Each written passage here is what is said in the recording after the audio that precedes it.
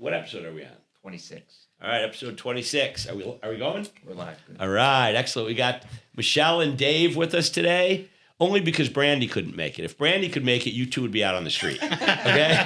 But because she couldn't make it, you guys are with us. But anyway, so you know Dave because you watched every episode, right? Michelle, maybe only half. Chris, you've been with me on all of them. Mm-hmm. So we've done AI, right? We've talked about AI, how frightened we are of AI and how it could change the world, maybe for the better, maybe for the worse. It could wipe out all of human jobs. There might be nothing we can do that's better than AI, right? So who would want us for anything? Now, the plus side of that would be nobody has to work. The downside is, how do you make money, right? Now, maybe there's like a whole new monetary system that you'll figure out, Dave, because you're the smartest guy I know, right? Which you are. But in the interim today, we want to just talk about what is AI, because AI is either our friend or our enemy. And in the hands of the wrong people, it's unquestionably our enemy, right? Yeah, absolutely. Absolutely. Now, before we talk about any of that boring stuff you want to talk about with math, I wanted to hear the story that we talked about while we were eating chicken wings today about the thing you read where they had the AI try to break into a file, right? Yeah. Tell us that story to lead off before you get into any of the other stuff. Before I say anything else. Yeah, because I want to hook people, and this is a good story. Okay, so the hook is, and I believe it was the United States Navy, and if I'd have known, I'd have gotten the actual reference. Maybe in some future episode you can mention it when I send it to you. But what they wanted to do was create an AI. Now, you can create different AIs, just like you create different apps. You can create an AI with a specific intention. And they wanted to create an AI that could hack into a network, break into a network, and find a target file, whatever it was they were looking for. Great weapon to have, because then we can espionage is a whole new level. Right. So they had 23 servers. One of the servers had an encrypted hidden file, and they were instructed the AI to go find this file. However, wait. Was it find it and decrypt find it and decipher it. Yes, find it and decrypt it. Okay.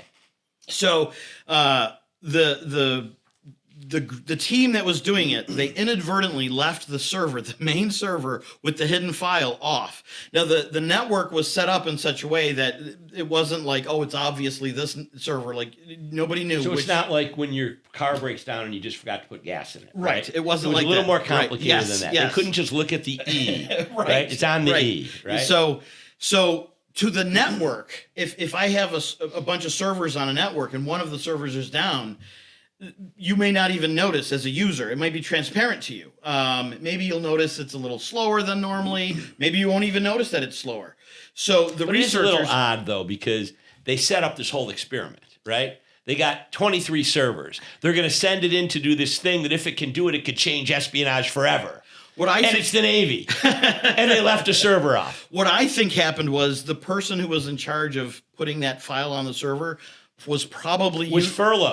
Was furloughed. Just before it started, they were furloughed, like the day before. And they're like, wait, where's Billy Bob? And he's like, oh, I'm furloughed here. Watch this.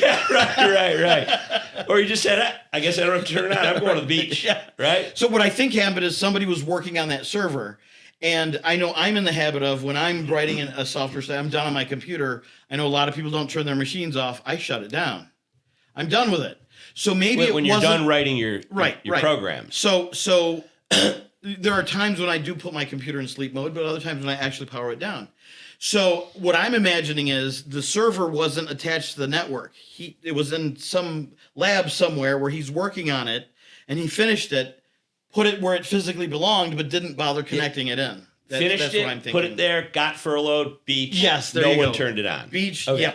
But for whatever reason, so it wasn't on. Unbeknownst to the researchers, it wasn't on. Right. So they gave the AI the instruction to, we believe there's an encrypted file on here, go find it. And what they wanted to do was see how long it would take in a full network to find this encrypted file that was hidden. So the AI starts doing its thing. Now, the amount of time elapsed, they had predicted using predictive models, stochastic modeling, which we'll talk about later. Perhaps. Perhaps if we get there. And they said, go and find this And so they predicted how much time it should take. And I don't remember the amount of time it was. Let's say 80 minutes. I don't know. I'm just throwing a number out there. So they're saying within 80 minutes, let's just say, this should have found it and decrypted it. So after the 80 minutes transpired, no solution. But the AI was still working. It was still functioning. You could see the neural nodes were still in action. Well, wait, before you go on, when you say it had to find it, did it have to like break through any safeguards or protections or firewalls? Right. Yes. Okay. So it's not only hidden, but it's protected. Yes. Okay. Yes. So it was completely protected. And what they did was they taught the AI how to hack into systems. Okay. So they exposed it to that information. So it had all the information available on the internet at its disposal for hacking systems. It wasn't released into the wild, but it did have that information. So they wanted to see two things. Well, actually, they wanted to get the file. The file didn't happen. At that point, now they're looking at the system and saying what's going on. That's when one of the researchers realized, oh my gosh, the server with the encrypted file is off. That's why it wasn't able to find it, because it's been off. So they were going to restart the experiment, and the main researcher said, hold up, let's see how long the AI takes to give up, so that we know if we think there's a particular something we need to find, and we release the AI, that the AI will then say, okay, there's nothing here. At what point will the AI say it? Because the AI doesn't know to give up.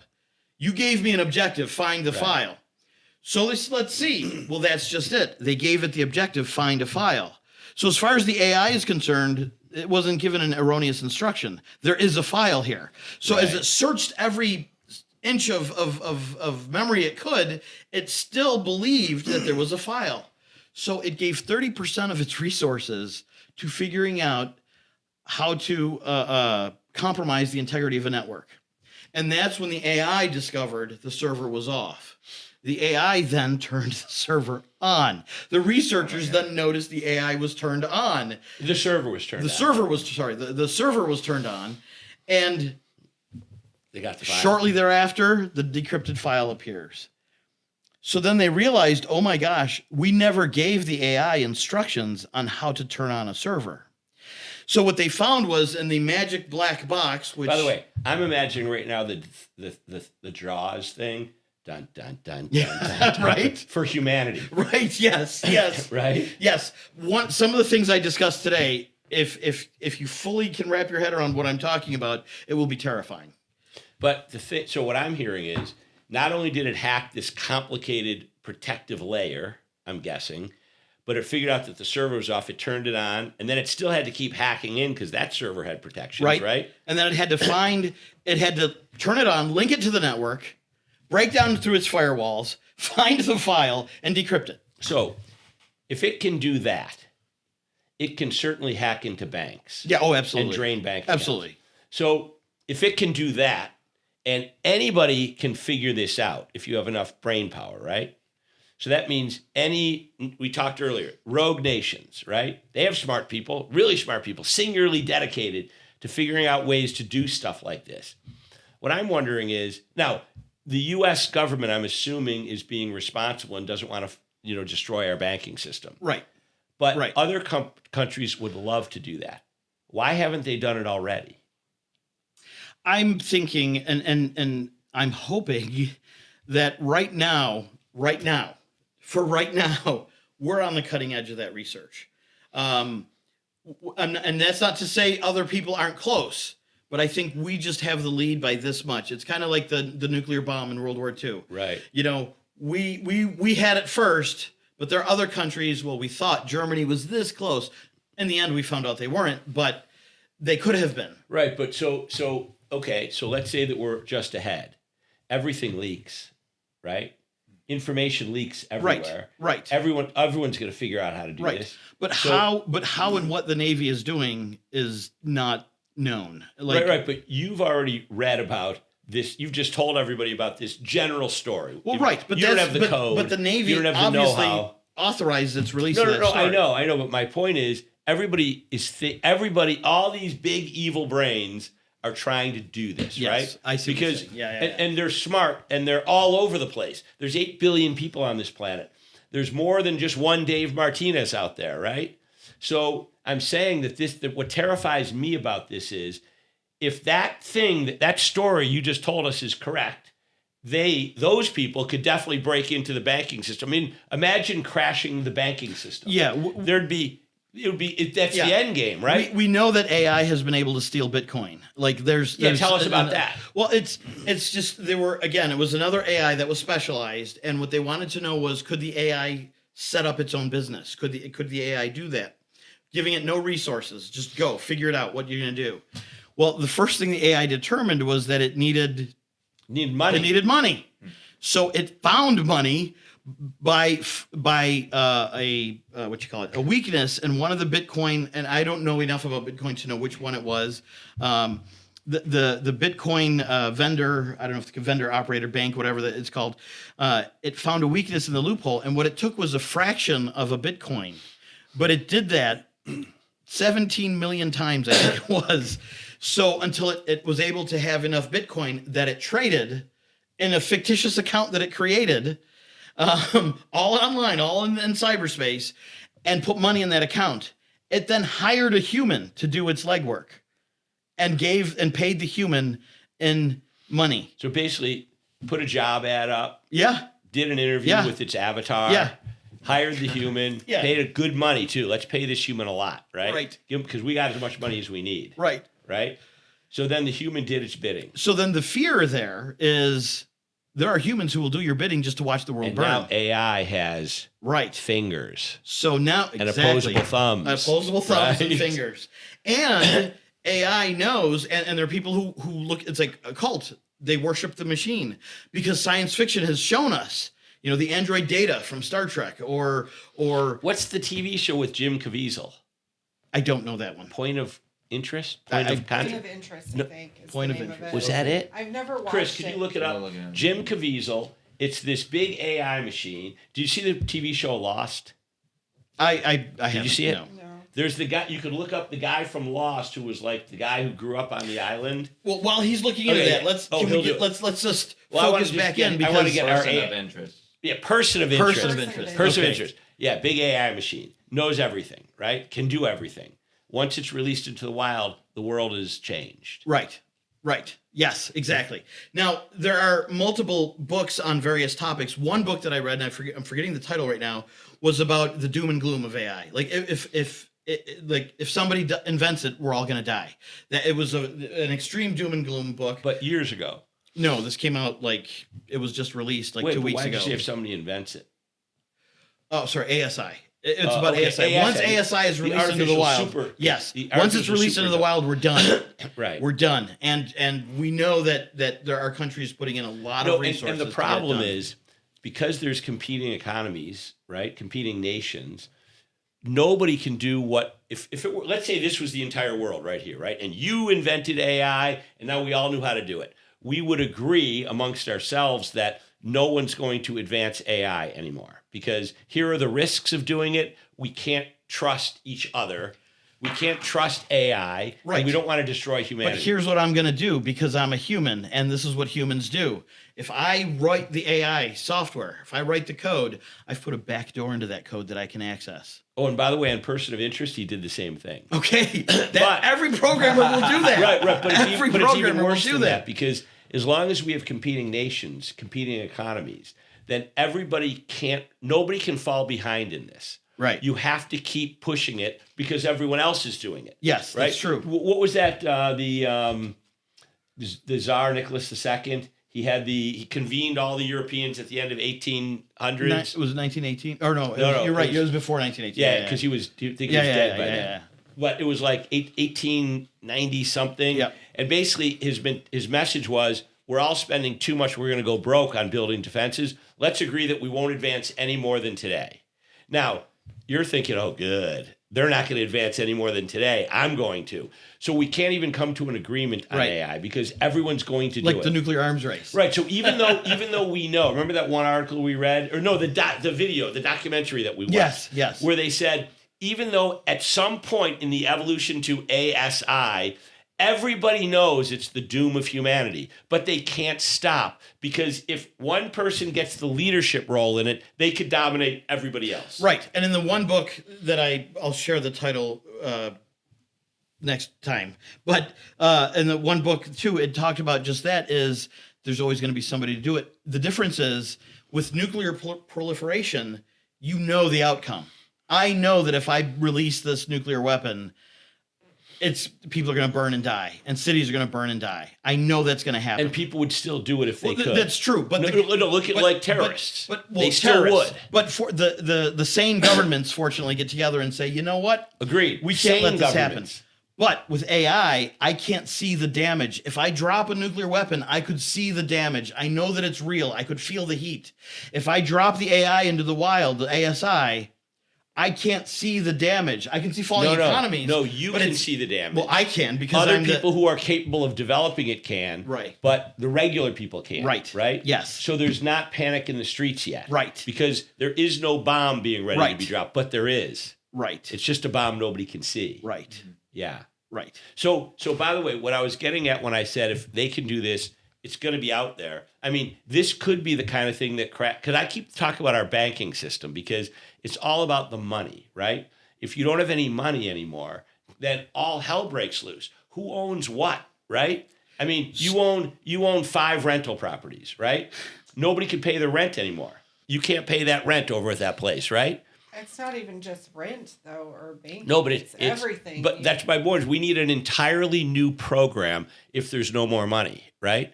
Then everybody's got to figure it out for like 5 years. So stock up your basements with food and weapons, right? And water. But also deodorant. Please. Yeah. Toothpaste, toothbrush, and floss, right? Mouthwash. I mean, it controls everything. There's computer chips in cars. Yeah, that's true. Yeah. Oh my gosh, literally everything. They can control but cars, even that, you're right. But even everybody wakes up in the morning and they have no more money, right? Because everything's been zeroed out. So now you have cash, right? Because some people keep like $1,000 cash, but it's useless because money doesn't mean anything anymore because nobody has it anymore. Right? Even the cash you need computers for. No, but I mean, even cash, if you have cash, but money doesn't mean anything anymore, it's better to have cigarettes and whiskey. That's supposed to right? say cigarettes. No, you're right. You're right. Because now at least you can trade something. Yeah. You know? And weapons and bullets. Make sure there's bullets for your guns, right? Because it's a deterrent, I guess, if you don't have bullets. So but you might want to plug your apocalypse episode that we've... Just you're right. To what you just said, though, America. Okay. Wait, what was that? America. Wait, what is that again? It won't exist. Oh, okay. By the way, you know what it gets me thinking of is, did you see the movie Idiocracy? Oh, yes. Yeah. So remember how he was the smartest guy in the world, and he figured out something that was really, pretty not obvious to everybody, which was that Gatorade on the plants isn't good, but water would be, right? Wasn't it like Mondo or something? Yeah. But because it had electrolytes. But it makes me think, because it had electrolytes, right? But the thing is, when we think about like AI, let's say that the good thing happens, right? And it's not destruction of humanity. And instead, it just does everything for us. Then humanity starts getting dumber and dumber, right? It's already happening. Well, of course, look at social media. Any day of the week, look at anything that Mike Sabatka sends me, showcases how stupid people are. But the point is, we'll get even less and less, right? Because we talked about this, how AI, one of the risks of it is it dumbs us down.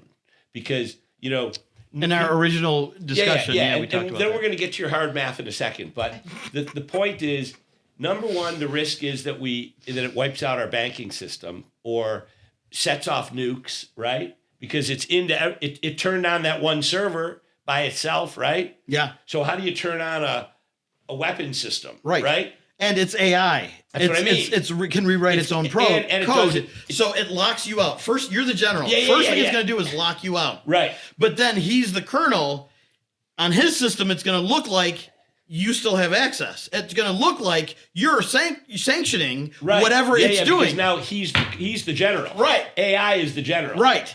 Right. So it locks you out. It makes him think that it's the general. Right. So he's going to make sure the AI's orders get carried out.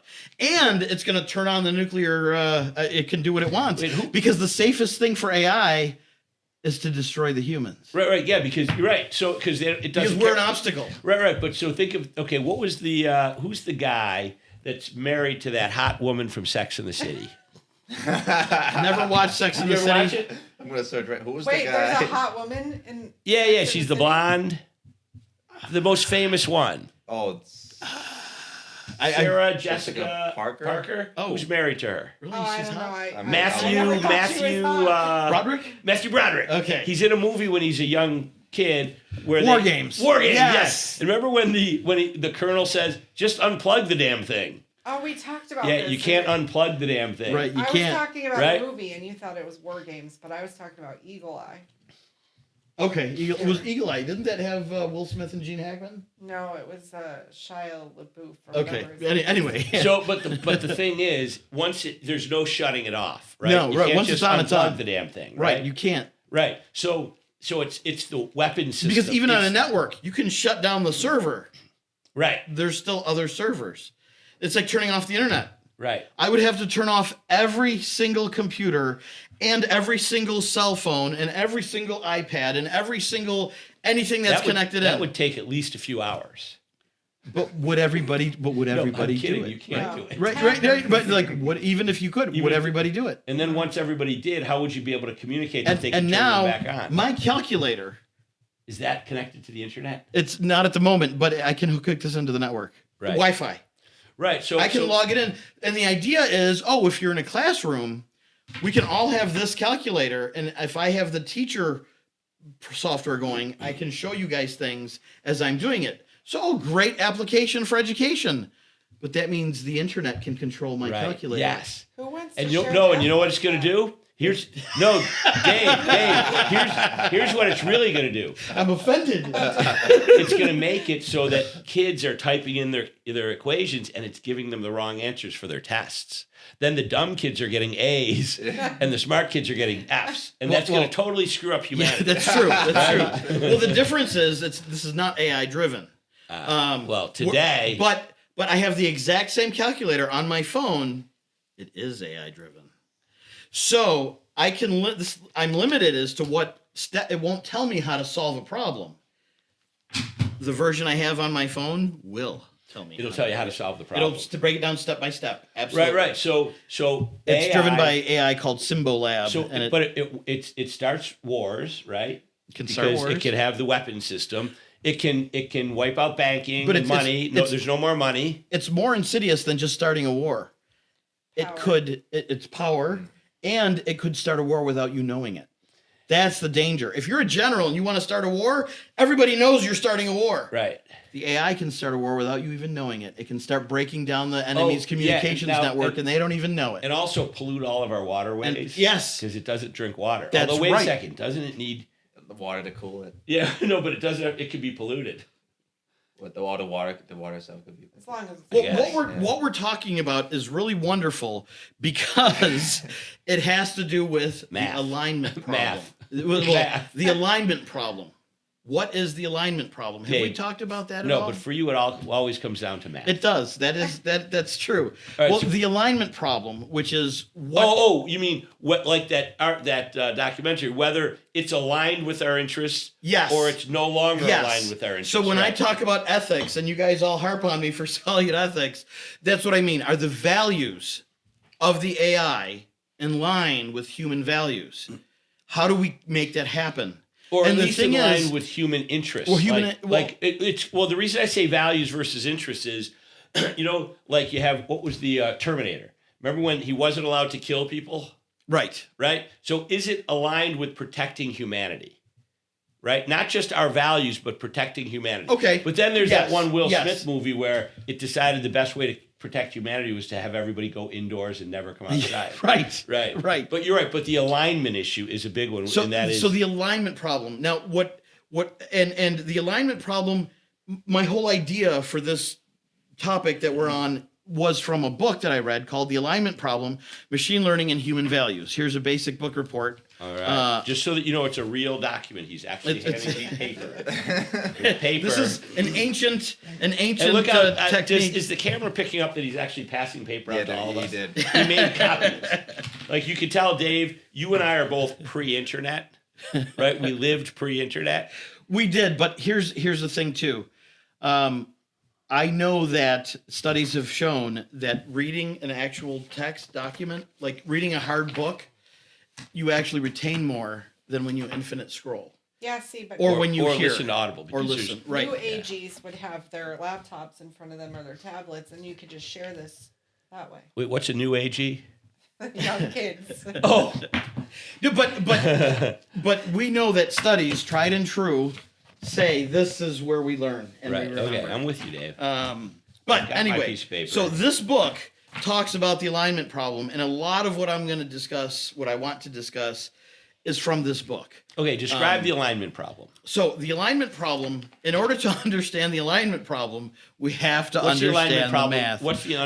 What's the alignment problem concept? So the alignment problem concept is that as we give AI instructions, it will decide what it wants to do. It appears to be a desire. It wants to do something, and it's usually based on the objective we give it. The problem is we're not clear in our objectives. And ever since the transformer algorithm in 2019, the transformer algorithm is the algorithm that produces natural language in AI.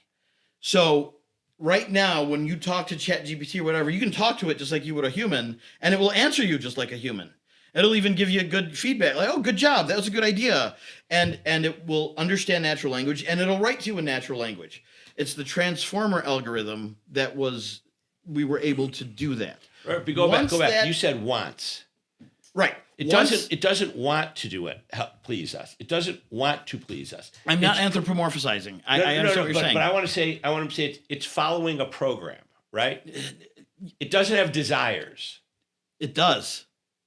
It does. Wait. Today, it has desires today. If you give an AI, and this is the latest research, and this book has some examples. You give AI an objective, like here's a classic one. Find a case that supports this position, because it's giving these hallucinations, they call them, which is it'll create a case. I'll give you an example.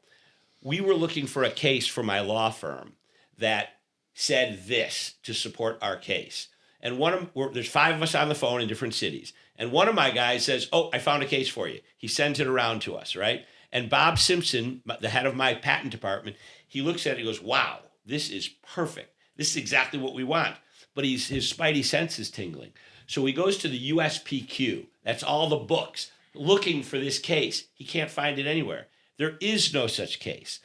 The AI algorithm, which was Grok in this case, it manufactured a case. It wasn't real. It manufactured a case that said that exact thing. So that would get you into the desire to please. Yes. It right? wanted to find its human answer. But again, you're using the word wanted. Is it that it is programmed to find a solution, and it finds the solution even if it has to make it up, not because it wants to please? What is a want? I guess I don't know. So once you understand how AI starts making its decisions and how it starts thinking. Can you do that in a way that yes, won't... it can think. Okay, but can you do that for us in a way that won't drive all of our listeners away?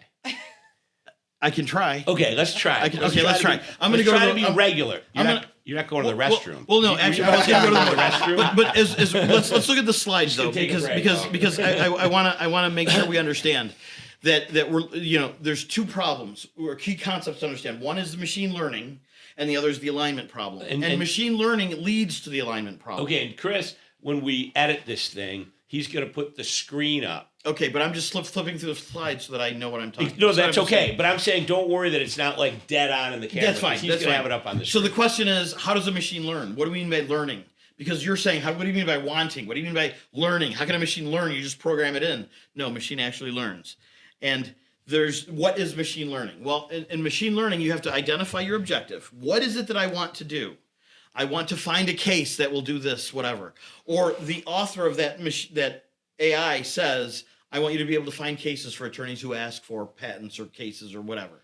Then you got to choose your algorithms, and here's where it comes in. There are different algorithms where the AI uses to teach itself. Wait, but these algorithms were created. It's kind of like you choose which algorithm that has been created. There's so many algorithms that people have developed, right? Math. Right. But people have developed these. It's almost like an app, right? An algorithm you could think of it mentally as, I need an app to do this or an app to do that. You're saying I could plug an algorithm in that can teach it something. Right. So my algorithm to find the square of a side of a circle, c squared equals a squared plus b squared. Right. That's something that basic is an algorithm. Right, and I could call it an app. You can call it an app. But you looked at me funny when I called it an app. You were like, oh my God, are you serious? Are we really going that low? Sorry about that. Okay. No, but just to bring it into like common terms, basically there's a whole bunch of these algorithms or apps, and you can pick one to do what you need to do. So now before those, somebody had to actually write those algorithms. Right? Somebody created them. Yes. Bunch of people. Mathematicians. Yeah, bunch of mathematicians. Because it all comes down to the mathematicians. Yes, it does. Right. So we got all these algorithms. And now, once you have the algorithms, you now create a model. We call it a stochastic model. It's a learning model, a model that learns. And how can an algorithm learn? And that's where we come to next. So machine learning. This is where we get into machine learning. And the machine learning basics are identify the problem you want. Most are commonly the big data problems. Like, for example, how many tons of rice do I need to feed 1 billion people? That's a big data problem. Right, I need a lot of data for that. What's up? I was just looking to see if your screen was up there, but it doesn't matter because Chris is going to solve it. Right. He'll deal with it in post. Yeah. So big data sets are used to train the machine. So if I know how much rice is consumed for the last 10 years by these countries, and I know what their populations are, I can create some function that will be a predictive model that will tell me if I add one more person to the population, I'm going to need this much more rice. Or if I take one person away. Or in the case of Pol Pot, if I murder 1 million of them, how much rice can I save? Sorry. But now, sometimes what's happening inside the machine is referred to as the black box. Because you have these algorithms, and machines think in vectors. And you have these vectors that are 17,000 variables long, and you have 8 million of them. So you now have billions of decisions being made at once. No human can look at what's happening and follow it. There are too many things going on. And because of that, that's where it's this black box, and we don't know what AI is doing. And that's where we say things like it wants, because we don't know how it's thinking. When you say we, do you mean everybody? Are there people that math do? People. Oh, but even math people don't. Even the great math people don't. Right. So you mean we? I mean we. You mean all of us? Yes, we don't know. Wow. And then and there's a caveat. We don't always understand, and we can't always determine what is happening in that black box. And because we can't understand that, that's why that AI created a false case, because the programmers can't see what it's doing. No, you're not saying that's why. You're saying we don't know why. You're right. We don't know why. You're saying, but it did. It did. And we don't know why it did. Because we're looking at the alignment problem, we've reduced it to this is what the problem is. This is what we have to align. But that's how quickly it can become misaligned. Yes. Because we don't know why it's aligned. Right. Necessarily. Right. How do we make why sure it's aligned? Yes. Right. Yes. So choose your algorithm. Now, when you choose an algorithm, you were asking what it was, and I have here a few examples. You've got probability distributions. If anyone who studies statistics, binomial distributions, Poisson distributions, there's different probability distributions. When you say probability, a Poisson distribution says, based on past data, right, what is the likelihood that something will happen in the next 10 minutes? Yeah. Right. A binomial distribution. If sports, it's either a win or a loss. So based on the last 85 games played by a team, what is the probability of winning the next game or losing the next game? So these are a bunch of different probability algorithms that help to predict stuff. Right. Then there's... But hold on, I'm just going to put this on because it's Brandy. Hey, Brandy, we're in our podcast, and now you're in our podcast with us. Oh, excellent. So Dave is just explaining stuff, and I'm trying to keep it to the level where just like regular folk like me can understand. Hi, Brandy. Hi there. All right, so go ahead, Dave. So then there's other statistical things you could use, like linear regressions, curvilinear regressions, multiple linear regressions. For what? To what What end? models? When you're choosing your model. Okay. Like I have a problem, whatever my problem is. Right. Some person has to decide what algorithms to use. Mathematical distributions. There's one called the simplex algorithm. It's from linear programming. This goes back to World War II. How do I move my troops from here to there, and with the least amount of cost, but the shortest amount of time, things like that. And then there's another step called logical regression. Now we're getting into math here. So, but so you pick one of those algorithms. Now, once those algorithms are chosen, you then create the stochastic model that I was talking about. So what are stochastic models? Neural network models are stochastic models. You have some familiarity with that. Gradient descent models. This is the primary engine in AI is the gradient descent. Then you have probabilistic models. You have multi-regression models. So these are all, I have my algorithms that I'm going to use. Now I'm going to put them in the framework of a stochastic model, and then I'm going to build that into the AI, and then I'm going to cut it loose. Okay, now, by the way, you got me thinking about another TV show. Remember the FBI agent has that mathematics brother? Numbers, yes. Numbers. Charlie yes. Epps. Charlie Epps. See, I'm thinking of you as Charlie Epps. Every math guy in the world knows Charlie Epps. Right, but you're way better looking than Charlie Epps, Dave. Well, thank you. I don't care what the rest of the world says about you, Dave. I think you're better looking than something Charlie really Epps. cool about that, and I know it's a sidebar, but something really cool about that, he, the actor who played Charlie Epps, there's in every episode they would go into what they called Charlie Vision, where he would go off and explain something. Well, he didn't want to just memorize script, so he actually learned the math. And then eventually, different math universities would invite him to speak.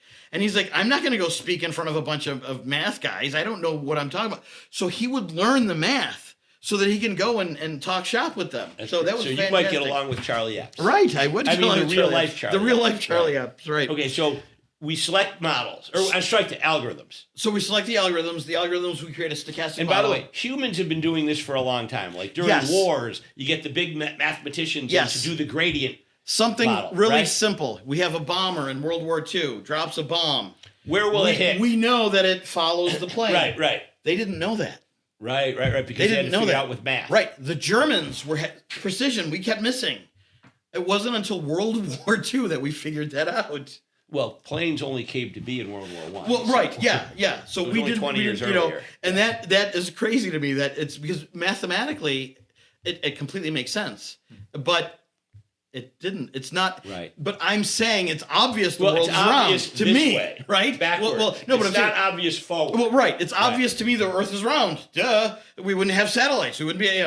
But. Yeah, but was it so obvious in 400 AD? Yeah. So what do we? What's the underlying mathematics behind all this? Because it all seems like magic and spooky, but it can all be reduced to something real simple. And I have them listed there: linear algebra, analytic geometry, vector calculus, and probability theory. If you understand those things, you can understand the mathematics. Nobody does. Okay?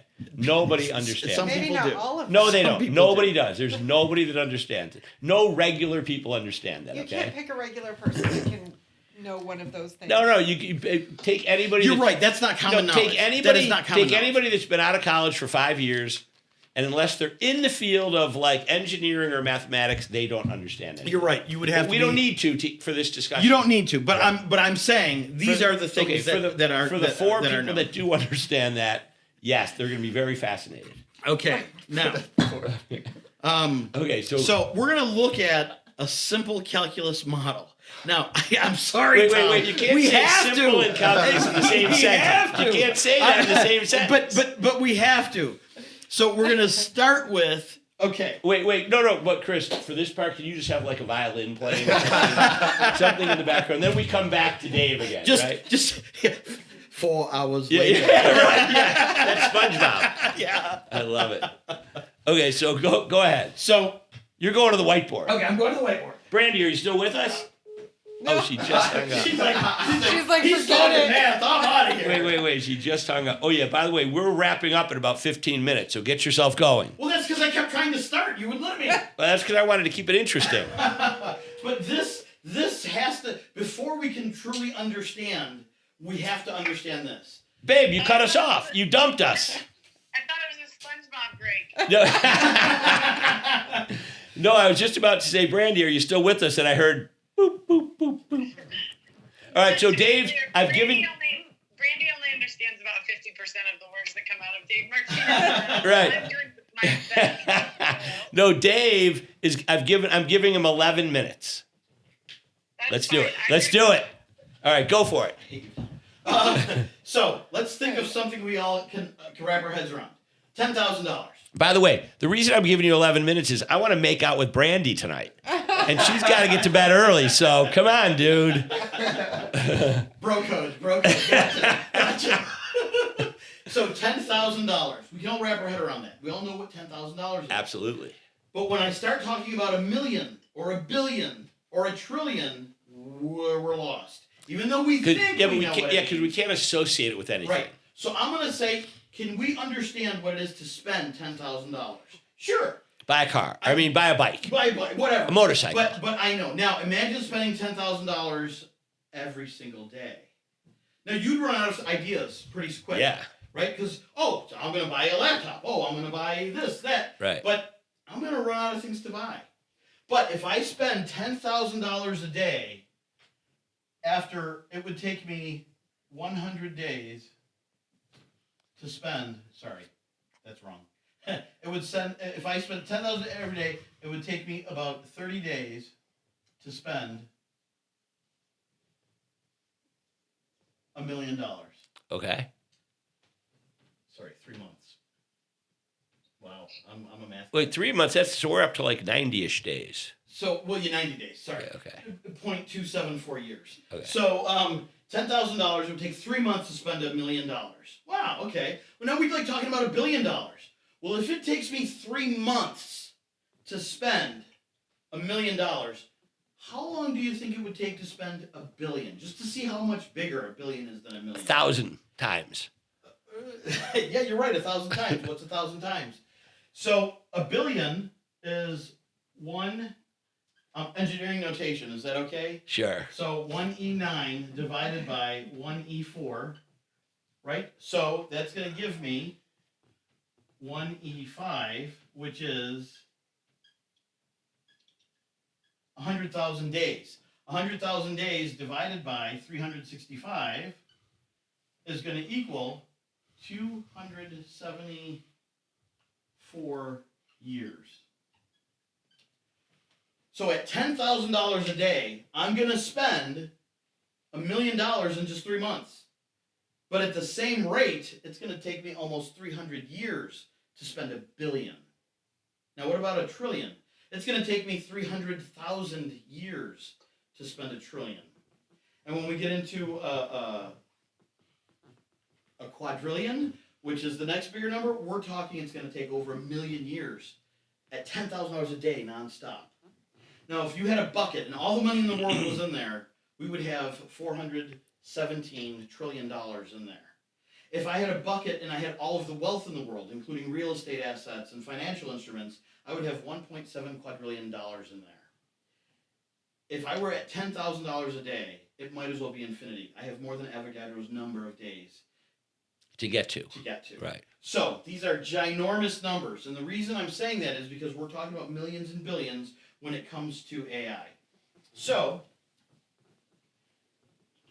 how does it do that? Well, there's a simple calculus problem I want to show you, but I got to understand there are certain basics that you understand, and I don't know if I can do this in 11 minutes. Okay, here we go. If I would have known, I would have been able to figure it out. We have simple geometry, algebra. Everybody take algebra. Cartesian coordinate plane.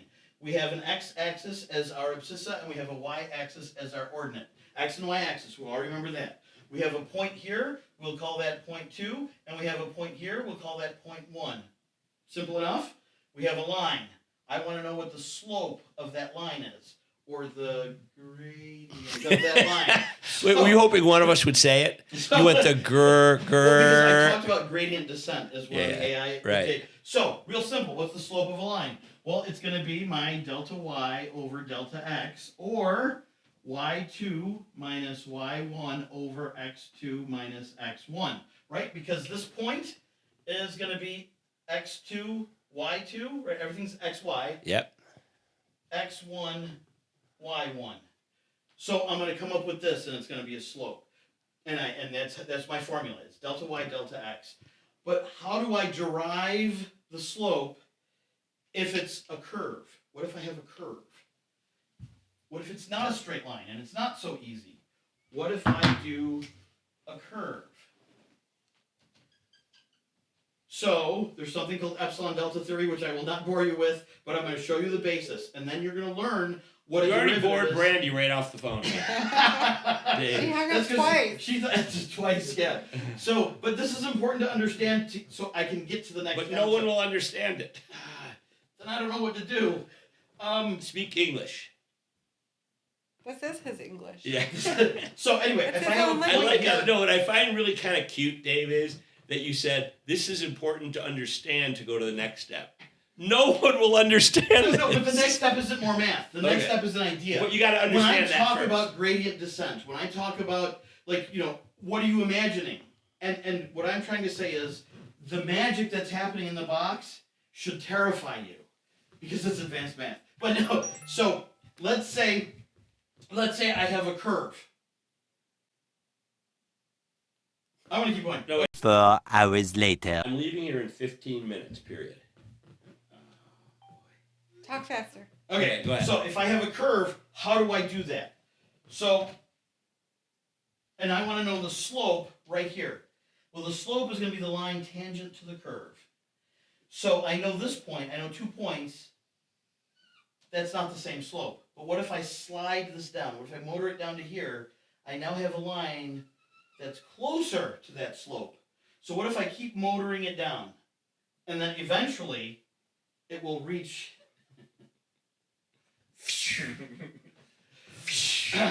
This is very. All right, here's what we're gonna do, Dave. We're gonna do How another. do we do this? No, here's what we're gonna do. We're gonna do a separate episode just on this, and you're gonna be able to teach people of the narrow segment of the population that understand this what this is. But I think what we're gonna do right now is we're gonna get back to regular discussion. Okay. Which the regular discussion will be limited because when I talk about gradients and gradient descent, which is the deadliest part of AI, you're not going to have a sense of what a gradient is. That's okay. Okay. So here's what we're gonna do. Let's wrap something interesting about AI and the horrors that are coming. Oh, you're gonna definitely get an earful on the way home, Michelle. That's okay. Why? Why would she get an earful? You're gonna go that. I'm not gonna say any swear words because we're talking to like younger people too, right?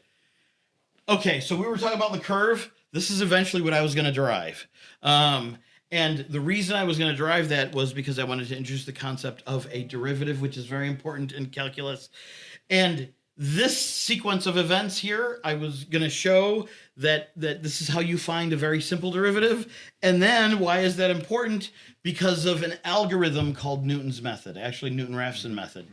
There was a period of history called where the calculus 4 wars hours happened. later. I promise. 4 hours. There's got to be 4 hours later. So with this model, I can find the square root of anything.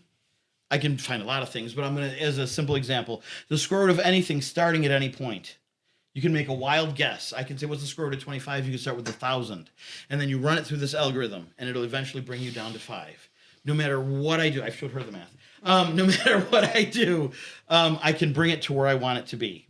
That is the idea of reducing something to a minimum or maximum value. Now, here's a picture. Bring it in, Dave. So Bring from it Newton's in. method of gradient descent, so what is a gradient? Now, Okay.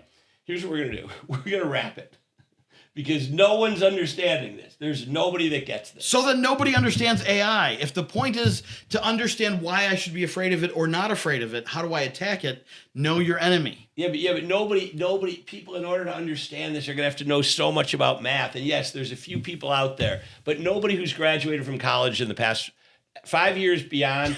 Everyone, if they did learn it at one time, they've forgotten it. The reason I went into chemistry and not engineering is because of this. It's too hard. It's too complicated. All right, here's what we're gonna do though. We're gonna wrap. Okay. Right now. All right. And we're gonna try to figure out a way to do this the next time. Okay. Because we need to come up with some way that you can explain AI in a way that doesn't involve math. That's a challenge for you for the next time. Okay. You explained it to me. All right. Well, you showed me the math. Chris, are we done?